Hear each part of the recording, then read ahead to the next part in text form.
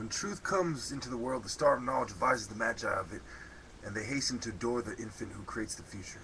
It is by means of the intelligence, the hierarchy, and the practice of obedience that one obtains initiation. If the rulers have the divine right to govern, the true initiate will cheerfully obey. Excuse me. The Orthodox tradition were carried from Chaldea by Abraham, the reign in Egypt in the time of Joseph.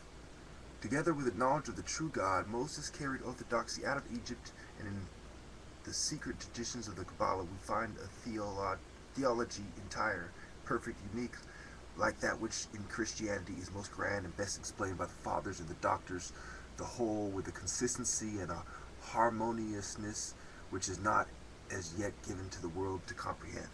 The Sohar, which is the key of the holy books, opens all the depths and lights all the obscurities of the ancient mythologies and of the sciences originally concealed in the sanctuaries. It is true that the secret of this key must be known to enable one to make use of it, and that for even the most penetrating intellects not initiated in this secret, the Sohar is absolutely incomprehensible and almost illegible.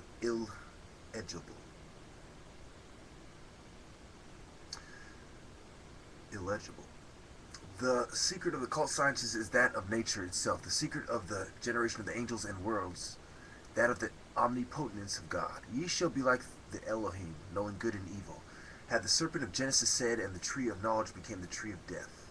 For 6,000 years the martyrs of knowledge toil and die at the foot of this tree, and it may again become a tree of life. The tree of life. The Absolute sought for unsuccessfully by the insensate and found by the sages is the truth, the reality, and the reason of the universal equilibrium. Equilibrium is the harmony that results from the analogy of contraries. Until now, humanity has been endeavoring to stand on one foot, sometimes on one, sometimes on the other. Civilization has risen and perished either by the anarchical insanity of despotism or by the despotic anarchy of revolt. To organize anarchy is a problem which the revolutionists have and will internally have to resolve. It is the rock of Sisyphus that will always fall back upon them. To exist a single instant, they are and always will be by fatality reduced to improvise despotism without other reason of existence than necessity, and which consequently is violent and blind as necessity. We escape from the harmonious monarchy of reason only to fall under the irregular dictatorship of folly. Sometimes superstitious enthusiasm, sometimes the miserable calculations of the materialist instinct have led astray the nations, and God at last urges the world on toward believing reason and reasonable beliefs. We have had prophets enough. We have had prophets enough without philosophy, and philosophers without religion. The blind believers and the skeptics resemble each other, and are as far the one as the other from the eternal salvation. In the chaos of universal doubt and of the conflicts of reason and faith, the great men and seers have been but infirm and morbid artists, seeking the beau ideal at the risk and peril of their reason and life.